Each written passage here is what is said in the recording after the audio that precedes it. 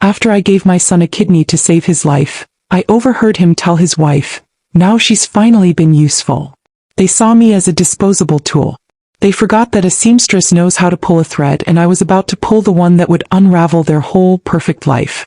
Before I begin, I want to thank you for pulling up a chair and joining me here. If you believe that a person's worth isn't measured by their bank account, and that dignity is a thread that should never be broken, then you are in the right place. It means more than you know to have you here. Go on and tell me in the comments where you're listening from this evening. It warms my heart to see how far these stories can reach. Now, let me tell you how my own flesh and blood taught me the true meaning of the word useful. My name is Eleanor Hayes. I am 69 years old, and for the better part of 50 years, my world has been contained within the four walls of a brick row house in South Philadelphia. It's not a large world, but it is a sturdy one. The foundation is sound, the roof doesn't leak, and every floorboard, every stitch of upholstery, every faded photograph on the mantelpiece is saturated with a life of quiet, steady work. For 45 of those years I was a seamstress. Not a designer, not a couturier, but a seamstress. I was the woman you came to when your son's suit needed letting out for his first communion, when a zipper failed on a beloved winter coat, when a wedding dress bought off the rack needed to fit like a dream. My hands, now gnarled with a touch of arthritis, know the language of fabric, the give of cotton, the stubbornness of denim, the whisper of silk. They are hands that have created, mended, and transformed. They are useful hands. My life was a rhythm of small, essential tasks. The whir of my Singer sewing machine was its heartbeat. The scent of hot steam from the iron was its breath. After my husband, Frank, passed away 15 years ago, the rhythm became even more vital. It was the metronome that kept my grief from swallowing me whole. My house on that narrow South Philly street, with its polished stoop and flower boxes overflowing with geraniums, was my fortress. It was paid for. It was mine. And it was the place I had raised my only child, my son Julian. Julian, my boy. From the moment I first held him, he was the center of my universe. He was a bright, beautiful child with a quick mind and a hunger for things beyond our narrow street. I saw that hunger in his eyes, and I dedicated my life to feeding it. Every dollar I earned from mending seams and hemming trousers went into his education. Frank, a proud union electrician, worked double shifts. We didn't take vacations. We didn't buy new furniture. We invested in Julian. We poured our lives into the foundation of his, hoping he would build something magnificent. And he did. At 45, Julian was a world away from South Philly. He was a high-powered financial analyst with a corner office in a center city skyscraper. He lived in a sleek, minimalist condominium in a historic building on Rittenhouse Square, the most exclusive address in Philadelphia. He had scrubbed the grit of our neighborhood from beneath his fingernails, polished away his South Philly accent until it was as smooth and unrecognizable as a river stone. He had married a woman to match his new life, Beatrice. Beatrice was from a family of old Philadelphia money, a woman whose bones seemed to be made of condescension. She was a public relations executive, a job that, as far as I could tell, involved making rich people and corporations seem less odious than they actually were. She was tall, thin, and moved with a kind of brittle grace, as if she were constantly afraid of coming into contact with an unsanitized surface. In the 15 years she had been married to my son, she had never once called me Mom. I was always Eleanor, pronounced with a slight, almost imperceptible sigh, as if the very act of saying my name was a tedious chore. My relationship with Julian had become one of carefully managed appointments. A phone call every other Sunday. A stilted, obligatory dinner for Christmas and my birthday, usually at a restaurant of Beatrice's choosing where the portions were tiny and the prices were obscene. They never came to my house. Beatrice had declared it claustrophobic and full of clutter after her one and only visit. The clutter she referred to was the evidence of my life. My sewing notions, my stacks of books, the photographs of her husband as a gap-toothed boy. Despite the distance in my heart, he was still my Julian. I still saw the little boy who used to hide under my cutting table playing with scraps of fabric. I loved him with the fierce, unconditional, and perhaps foolish love that only a mother can possess. That love was put to the ultimate test on a cold Tuesday in October. The phone call came not from Julian but from Beatrice.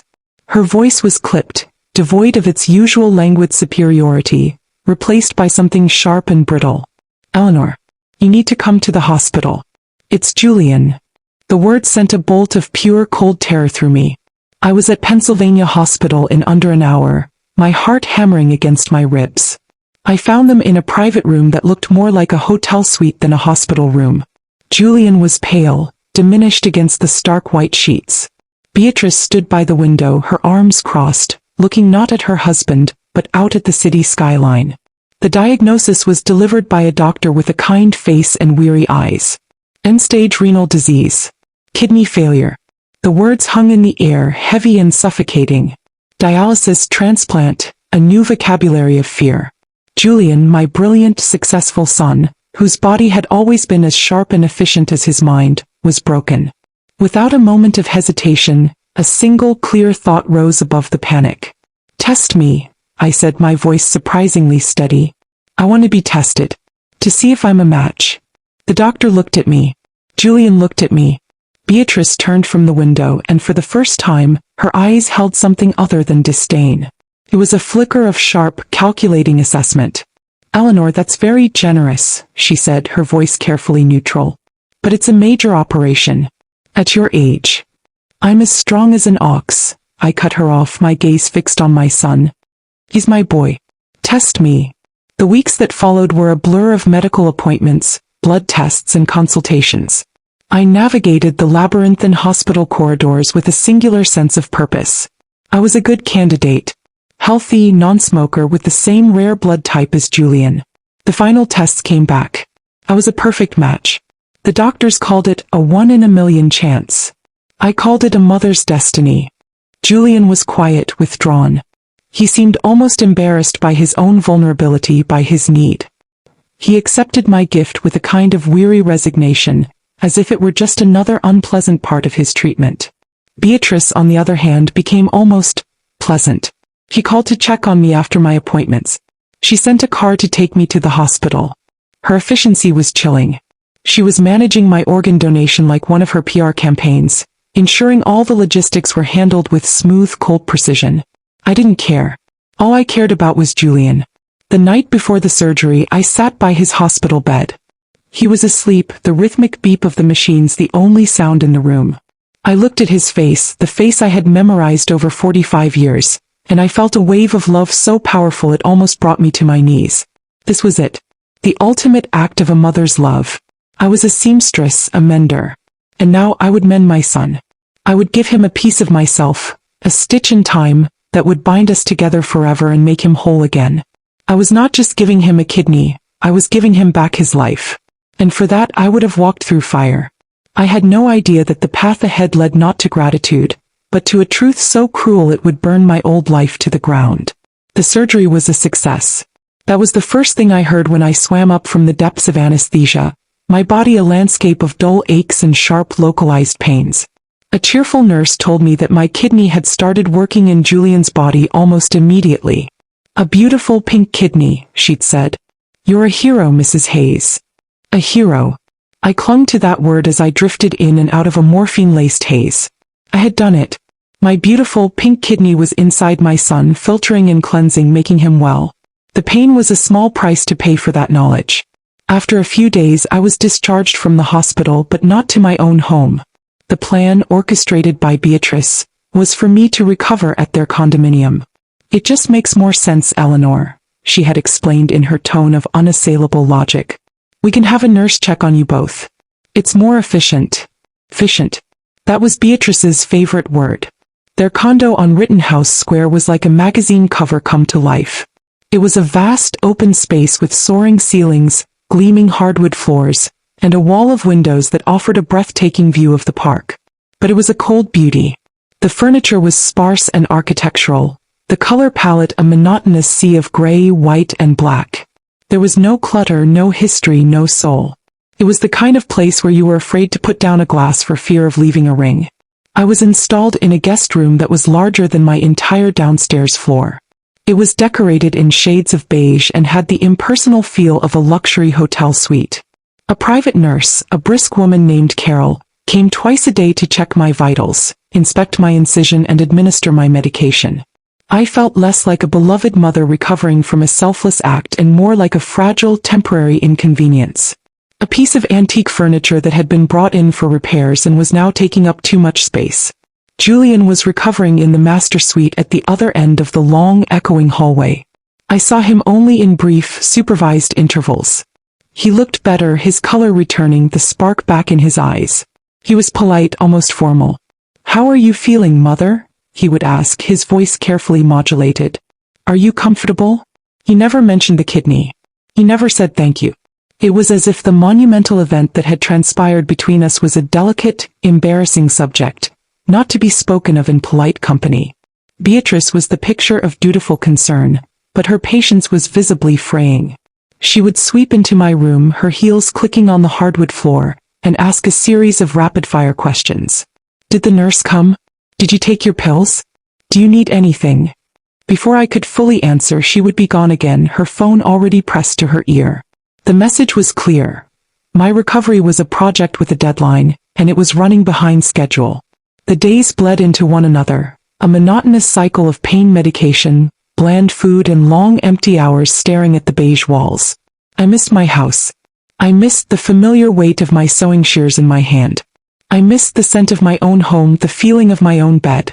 I felt like a transplanted organ myself, placed in a foreign body where I was slowly being rejected. The moment that changed everything happened a week into my stay. It was late, well after midnight. The pain in my side was a deep, throbbing ache that had shaken me from a restless sleep. The nurse had left a pitcher of water and a glass on my bedside table, but it was empty. Thirsty and not wanting to press the call button for something so trivial, I decided to make the journey to the kitchen myself. I swung my legs out of bed, my body protesting with a chorus of sharp pains. Leaning heavily on the forestand I was still tethered to, I began the slow shuffling trek down the long dark hallway. The condo was silent except for the low hum of the city outside. As I neared the master bedroom I saw a sliver of light from under their door. And then I heard their voices. Hushed but sharp. Beatrice's voice was a low, venomous hiss. "I don't know how much more of this I can take, Julian. She's always there. The nurse, the pills, the shuffling. My home has become a convalescent home. When is she leaving?" My hand froze on the four-pole. I stood motionless in the darkness, my heart beginning to pound a slow, heavy rhythm against my ribs. I heard Julian sigh, a sound of deep, weary exasperation. It was a sound I had heard 1,000 times, the sound of him being inconvenienced. "I know, B. I know. The doctor said another week, maybe 10 days. It's almost over." "It's not just that," Beatrice pressed on, her voice rising slightly. "It's the way she looks at you. Like she owns you now. Like you're her little project. My friends have been asking about her. It's embarrassing. This whole folksy mother sacrifice thing. It's so working class." There was a pause. I held my breath, my entire being focused on that sliver of light under the door. I prayed for my son, my Julian, to defend me, to say something, to tell his wife that I was his mother, that I had saved his life, that she was to speak of me with respect. Instead, what I heard was the sound of my own heart breaking. "Look," Julian said, his voice a low, placating murmur meant to soothe his wife. "Just handle it for a little while longer. It's done now. The transaction is complete. And look at it this way." He paused, and I could almost hear the cynical smile in his voice. "Now she's finally been useful for something. Useful." The word did not just enter my ears. It entered my body like a surgeon's scalpel, sharp and cold, slicing through the tender tissue of my love. It bypassed my brain and went straight to my soul, carving out the 45 years of sacrifice, the sleepless nights, the worn-out fingers, the blind, unwavering devotion. It hollowed me out, leaving behind a cold, cavernous space. Useful. I had been useful like a good pair of scissors. I had been useful like a sturdy needle. I had been a tool, a means to an end. My gift, my ultimate act of love, had been reduced to a transaction. A service rendered. And now that the service was complete, I was once again just a cluttered, embarrassing old woman from South Philly. I don't know how long I stood there in the darkness, my hand gripping the cold metal of the four-pole. The thirst was gone, replaced by a bitter, metallic taste in my mouth. The physical pain in my side was nothing compared to the profound, tectonic agony that was cracking my world apart. The love, the fierce, all-consuming love I had felt for my son, did not vanish. It did something far worse. It transmuted. In the cold, dark alchemy of that hallway, my love curdled and hardened into something else entirely. Something cold and quiet and diamond hard.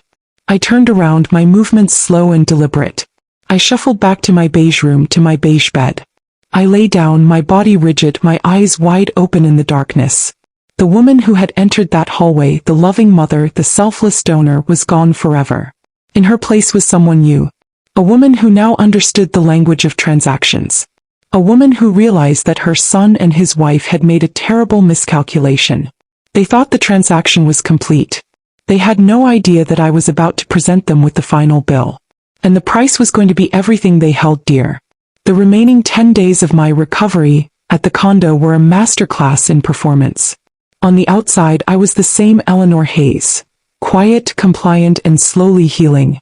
I smiled wanly at the nurse. I thanked Beatrice for the bland, nourishing broths she had the housekeeper prepare. I made polite, stilted conversation with Julian when he made his obligatory daily visits to my room. But on the inside a revolution was taking place. The heartbroken mother was gone, replaced by a cold, meticulous strategist. The word useful had become my mantra, my North Star.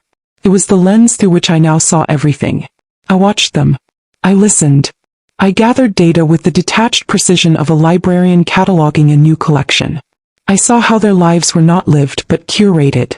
Every piece of art, every item of clothing, every social engagement was a carefully chosen prop in the grand performance of their success. Beatrice's entire career was built on crafting narratives, on spinning stories to create a desired public image. Their life was a brand. The Julian and Beatrice Hayes brand was one of sleek, modern, intellectual success, completely detached from the messy, working-class origins of South Philly. And I, Eleanor Hayes, the seamstress with the calloused fingers and the outdated floral print dresses, was the one loose thread that threatened to unravel the entire tapestry. They had tried to snip me off, to tuck me away, but my usefulness had now made that impossible. I hadn't just given Julian a kidney, I had given him a story. A powerful, emotional, human interest story. And I, the woman they had dismissed and disdained, was its central character. My mind, which had spent a lifetime navigating the intricate patterns of fabric and thread, now began to see the patterns in their lives. I saw their vulnerabilities, the weak seams in their carefully constructed world. Their greatest strength, their obsession with public image, was also their greatest weakness. They were terrified of looking bad. They were slaves to the perception of others. And I realized with a clarity that was both exhilarating and terrifying, that I now held the needle that could stitch them into any narrative I chose. The moment I was cleared to go home was a moment of quiet triumph. Beatrice arranged for a car service, clearly relieved to be fumigating her life of my presence. As I packed my small bag, she hovered in the doorway. "Now, Eleanor," she said, her voice returning to its usual tone of strained politeness. "Do take it easy. Don't overdo it. We'll have someone check in on you." "That's very thoughtful, dear," I said, my voice soft and grateful. I looked at her, this woman who saw me as a piece of embarrassing animate clutter, and I gave her a warm, genuine smile. It was the smile of a predator that has just scented its prey. Returning to my little row house was like taking the first deep, clean breath after being underwater for too long. I walked through my rooms, touching the familiar surfaces. The cool metal of my sewing machine, the worn velvet of my favorite armchair, the chipped ceramic of a mug Frank had given me. This was my world, a world of authentic things, of earned comforts. It was the world they despised. And it was about to become my greatest weapon. For the first week I rested. I let my body heal. I ate simple, nourishing food. And I planned. My revenge would not be an angry, messy confrontation. An emotional outburst was their style, not mine. My revenge would be a quiet, methodical act of creation. It would be like my finest needlework. Precise, patient, and devastatingly effective.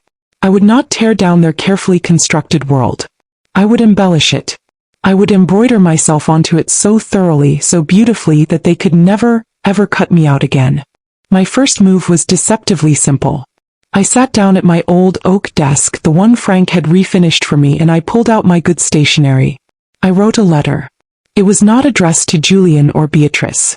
It was addressed to a woman named Maria Panetta, a human interest columnist for the Philadelphia Inquirer. I had been reading her column, Philly's heart, for years.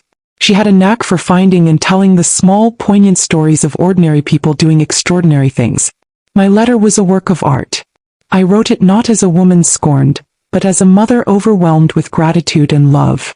I told the simple, unadorned story of my son's illness and my decision to donate a kidney. I wrote about my life as a seamstress, about my little house in South Philly, about my belief that a mother's love is a verb, an action. I painted a picture of my son, my brilliant, successful son, and his wonderful, supportive wife, Beatrice. I described them as being humbled by this gift of life, and dedicated to raising awareness about organ donation. I filled the letter with humility, with love, with a working-class grace that I knew would be irresistible to a journalist. I was crafting a narrative just as Beatrice did, but my materials were not spin and lies. They were truth and love twisted just so to serve my own purpose. I sealed the envelope, my hand steady. I walked to the corner mailbox, the one that had stood on that street since I was a little girl, and I dropped the letter inside. The metallic clang of the mailbox door echoed in the quiet afternoon air. It was the sound of the first stitch being made. A stitch that would, in time, bind my son and his wife to a fate of my own design. They thought my usefulness was over. They had no idea I was just getting started. I was Eleanor Hayes, the seamstress, and I was about to tailor them a whole new life. 2 weeks after I sent my letter, I received a phone call. "Is this Eleanor Hayes?" a warm, professional voice asked. "This is Maria Panetta from the Philadelphia Inquirer." My heart gave a little flutter, but my voice was calm when I replied. "Yes, this is she." "Mrs. Hayes," Maria said, her voice full of genuine enthusiasm. "I received your letter. It was one of the most moving things I've read in a long time. I would be honored to tell your story. Would you be open to a visit?" "I would like that very much," I said, a quiet smile playing on my lips. Maria Panetta was exactly as I had imagined her. Sharp, empathetic, with a reporter's keen eye for detail. When she came to my house the following week, she didn't just see the clutter that Beatrice despised. She saw the story. Her photographer took pictures of my hands, my sewing machine, the faded photo of Julian on the mantel. She interviewed me for 2 hours and I gave her the performance of a lifetime. I was the humble, self-effacing mother. I spoke of love, sacrifice, and family. I never once hinted at the cruelty I had overheard. Instead, I did the opposite. I praised Julian and Beatrice to the heavens. "Oh, my Julian," I'd say, my voice thick with emotion. "He's such a good boy. So successful. But he's never forgotten his old mother. And Beatrice? She's been a rock. A true daughter to me. So supportive through all of this." Every word was a carefully placed stitch in the narrative I was weaving. I was creating a public persona for them, a role they would be forced to inhabit. I was casting them as the devoted, grateful family of a working-class saint. The article came out the following Sunday, a full-page feature in the lifestyle section, complete with a large, beautifully shot photograph of me sitting at my sewing machine, a gentle, beatific smile on my face. The headline was perfect. "The South Philly Seamstress and the Gift of Life. A Mother's Love Stitched in Sacrifice." The story was a sensation. It was the perfect feel-good story for a city that loves its underdog narratives. I, Eleanor Hayes, became a minor local celebrity overnight. My phone didn't stop ringing. Old friends, former clients, neighbors I hadn't spoken to in years called to tell me how much the story had moved them. The local news channels picked it up. My little row house had news vans parked outside. The call from Julian came on Sunday afternoon. His voice was strained, tight, like a wire pulled taut. "Mother, have you seen the paper?" "I have, dear," I said, my voice full of gentle surprise. "Isn't it lovely? That Maria is such a nice woman." "Lovely," he sputtered. "It's a full page. Pictures. You told them about our house, about my job." "I was just proud, son," I said, my voice trembling with just the right amount of hurt. "I'm so proud of you and Beatrice. I wanted the world to know what a wonderful family I have." There was a long, strangled silence on the other end of the line. I knew exactly what was happening. He was trapped. He and Beatrice were trapped. How could they possibly deny this story? How could they refute this narrative of their own goodness and my saintliness? To do so would be to reveal their true selves, to expose the cold, calculating core of their existence. They would look like monsters. And so they were forced to play along. The Inquirer had asked for a follow-up photo, a picture of the happy, reunited family. I, of course, insisted they take it at my house. It's where our story began, I told the reporter sweetly. The day of the photo shoot was a masterpiece of quiet torture for them. Julian and Beatrice arrived at my house dressed in their usual expensive minimalist clothing, looking as out of place as two crows in a canary cage. Beatrice's smile was a tight, painful rictus. Julian's was a grimace. I, on the other hand, was radiant. I had baked a coffee cake. I had put out my best china. I welcomed the photographer and Maria Panetta into my home, my cluttered, claustrophobic home, which was now the official, publicly recognized heart of their family narrative. The photographer posed us in my small living room. He had Julian sit next to me on my worn floral sofa, his arm awkwardly around my shoulder. He had Beatrice stand behind us, her hand resting on my other shoulder, a gesture that I knew must have felt like placing her hand on a hot stove. "This is beautiful," the photographer said, snapping away. "The love here is just palpable." I looked up at my son, at his tense, miserable face, and I gave him a loving maternal pat on the knee. I saw the flash of fury in Beatrice's eyes as she was forced to smile down at the top of my head. They were caught. They were beautifully, exquisitely caught. The photo ran in the paper the following week. It was a picture of perfect filial piety. The successful son and his elegant wife, paying homage to the humble matriarch in her South Philly home. The brand they had so carefully constructed, the brand of detached, upper-class sophistication, had been hijacked. I had taken their narrative and reupholstered it. It was now covered in the durable, inescapable working-class fabric of my life. And the most beautiful part? They couldn't complain. They had to smile. They had to nod. They had to play the part of the grateful children because I, the woman who had finally been useful, had just made myself indispensable to their public image. The first phase of my revenge was complete. I had not only stitched myself into their lives, I had become the very pattern from which their public identity would now be cut. The newspaper article was not an end. It was a beginning. It was the foundation upon which I would build my quiet, methodical revenge.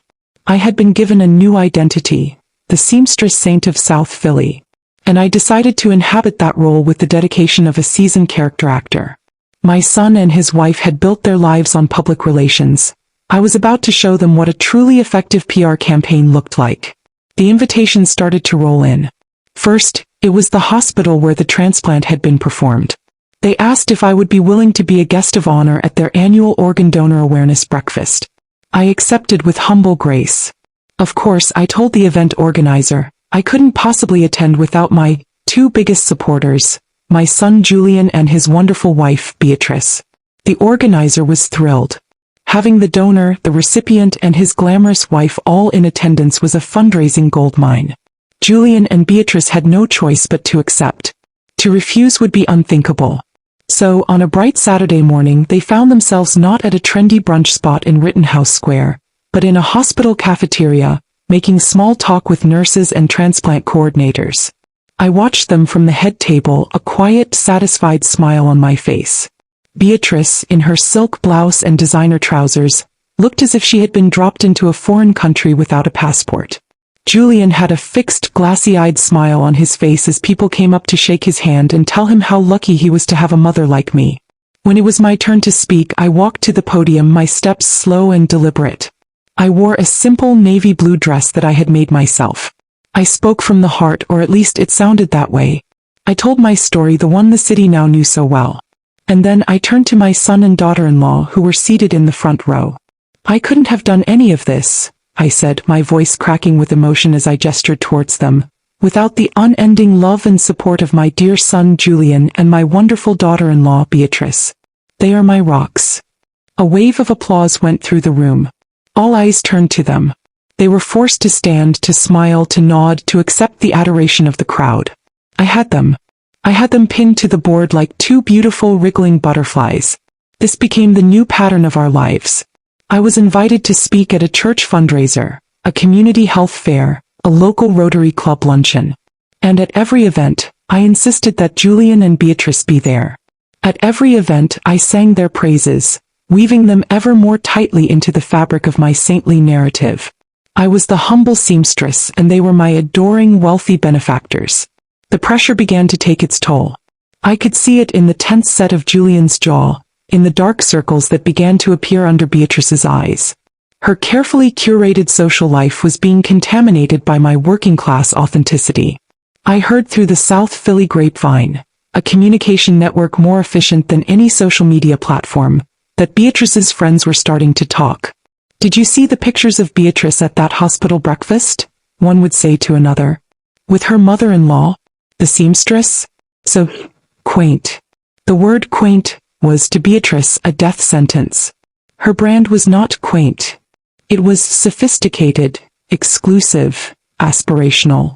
I was dragging her and by extension Julian, back into the very world they had paid a fortune to escape. The masterstroke of this phase of my plan came when a local television station decided to do a segment on me for their Hometown Heroes series. The producer wanted to film me in my natural environment, my home. And of course she wanted to interview Julian and Beatrice about their inspirational mother. This time they tried to refuse. Julian called me, his voice frayed with desperation. "Mother, this is getting out of hand. A television crew? In your house. We're very busy. We can't do it." I responded with a weapon I had not yet used. Tears. "Oh, Julian," I wept into the phone, a perfect heartbreaking sob. "I'm so sorry. I didn't mean to be a bother. It's just, I'm so proud of you. I thought you'd be proud of me too. I'll call them back. I'll tell them my own son is too busy for me. I understand." It was emotional blackmail of the highest order and it worked perfectly. The thought of a television producer learning that the devoted son couldn't spare an hour for his heroic mother was a PR nightmare they could not afford. They showed up for the interview looking like two people on their way to their own execution. The television crew filled my small living room with lights and cameras. The interviewer, a bright young woman with a microphone, sat across from me on my floral sofa. Julian and Beatrice were positioned behind me, a living backdrop to my story. The interview was a triumph. I was humble, gracious, and folksy. And then the interviewer turned to Julian and Beatrice. "It must be wonderful," she said, "to be able to provide such a comfortable life for your mother in her golden years." I saw the flicker of panic in their eyes. They provided nothing for me. I lived on my widow's pension and my small savings. But how could they say that on television? How could the wealthy analyst and his PR executive wife admit that they didn't support the sainted seamstress who had saved their life? Julian stammered, his eyes darting towards me. I gave a small, almost imperceptible shake of my head, a look of pained maternal martyrdom on my face as if to say, "Don't you worry about me, son." He understood. He was forced to lie. "Of course," he said, his voice stiff. We make sure she has everything she needs. Anything she wants." It was a beautiful public trap. The next day I went to a financial advisor. And then I sent Julian and Beatrice a carefully worded letter from a lawyer, outlining my modest needs, and referencing my son's public statement of financial support. It was not a demand. It was a gentle legal reminder of the promise he had made on television. They were now not only my emotional hostages but my financial ones as well. The first check arrived a week later. It was for a substantial amount. I looked at it, this piece of paper that was the direct result of their lies, and I didn't feel a shred of guilt. It was not money. It was reparations. It was the price of being useful. And I was just beginning to calculate the total cost of my services. The unraveling was well underway. The culmination of my efforts, the final perfect stitch in my tapestry of revenge, was an event so steeped in irony it was a work of art in itself. It was the annual Philly Philanthropy Ball, the absolute pinnacle of the city's social calendar. It was a night where the old money and the new money of Philadelphia gathered to congratulate each other on their own generosity, a glittering pageant of wealth and self-congratulation. It was Beatrice's Super Bowl. This year the ball was honoring the very hospital where my transplant had taken place. And the highlight of the evening was to be the presentation of the Humanitarian of the Year award to my son, Julian Hayes, for his significant contributions and advocacy for organ donation awareness. The contributions, of course, had been made with the money they had been forced to give me, which I had then very publicly donated to the hospital in their name. They were receiving an award for a philanthropic act they had been blackmailed into funding. The poetry of it was not lost on me. Naturally, I was invited as a special guest of honor. I was to be seated at the head table with Julian and Beatrice. For weeks, Beatrice had been in a state of controlled panic about what I would wear. She had offered through gritted teeth to take me shopping to buy me a suitable gown. I had politely refused. "Oh no, dear," I'd said. "That's so sweet of you. But I think I'll just make something myself. Something simple. Just more to me." I knew the words "make something myself" would send a shiver of horror down her spine. The night of the ball, I arrived in a car they had been forced to send for me. I walked into the grand ballroom of the Bellevue Hotel, a sea of tuxedos and designer gowns, and I felt a profound sense of calm. I was not intimidated. I was a general surveying the battlefield on the eve of her final, decisive victory. I had, as promised, made my own dress. It was a simple, elegant column of deep sapphire blue velvet.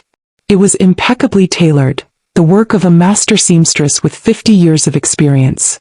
It was not flashy. It was not designer. It was a statement of quiet, unassailable dignity. It was, in its own way, a weapon. I took my seat at the head table between a grim-faced Julian and a Beatrice who looked as if she had swallowed a bottle of vinegar. Her own gown was a stark, architectural black-and-white creation that had likely cost more than my car. Next to my simple velvet, it looked harsh and severe. The evening was a blur of speeches and presentations. When the time came for Julian's award, a video montage played on the giant screens, filled with images from the newspaper articles and the television feature. There I was over and over again, the sainted seamstress, the symbol of pure, selfless love. Julian and Beatrice were forced to watch their own public relations nightmare play out in high definition. The president of the hospital then invited me to the stage for a surprise tribute, before Julian's acceptance speech. My heart was beating steadily. This was the moment. I walked to the podium, the spotlight following me, and a hush fell over the ballroom. I looked out at the sea of wealthy, powerful faces. And I began to speak. I told my story one last time, my voice soft but carrying to every corner of the room. I spoke of a mother's love. I spoke of sacrifice. I looked directly at my son, whose face was a pale, sweating mask of dread. "My son Julian is a brilliant man," I said, my voice filled with a perfect, aching sincerity. "He has built a life of incredible success. But I have always worried that in his world of numbers and finance he might forget the simple human things. This experience, this gift of life, I believe it has reminded him of what truly matters." I paused, letting the weight of my words settle. He and his wonderful wife Beatrice have been so generous. Their recent gift to me, a truly staggering six-figure sum, left me speechless. A murmur went through the crowd. Eyes turned to Julian and Beatrice, their faces frozen. They knew what was coming. They were utterly helpless to stop it. "I am a simple woman," I continued, my voice growing stronger. "I live in a small row house in South Philadelphia. What could I possibly do with such a fortune? And so, after much prayer and consideration, I knew what I had to do. I knew what my son in his heart would want me to do." I took a deep breath. This was the final stitch. Tonight, I am honored to announce that I am donating the entirety of that generous gift back to this wonderful hospital. It will be used to establish a new, permanent endowment. I smiled, a slow, beatific smile, directly at my son and daughter-in-law. It will be called the Eleanor Hayes Fund for Working-Class Organ Donors. The room erupted in a thunderous, standing ovation. The applause was deafening. People were weeping. The flashbulbs of the press photographers were like lightning strikes. I had done it. I had taken their money, their guilt, their carefully constructed lives, and I had forged it into my own permanent legacy. Their names, their success, their future philanthropy would now be eternally, inextricably linked to me. To Eleanor Hayes, the seamstress from South Philly. To the working-class mother they had tried so hard to erase. They could never escape me now.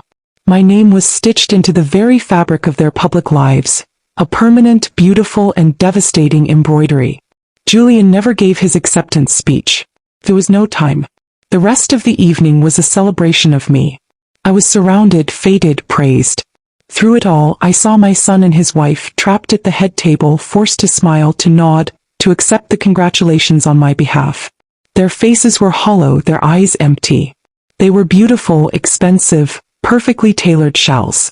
I never spoke to them again. There was nothing left to say. My work was finished. I returned home to my quiet street, to my little brick house.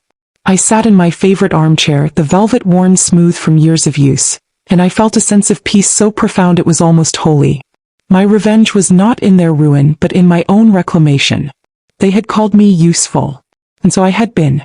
I had been the needle, and I had sewn them into a story so true, so powerful, and so perfectly fitted, that they would be wearing it for the rest of their lives.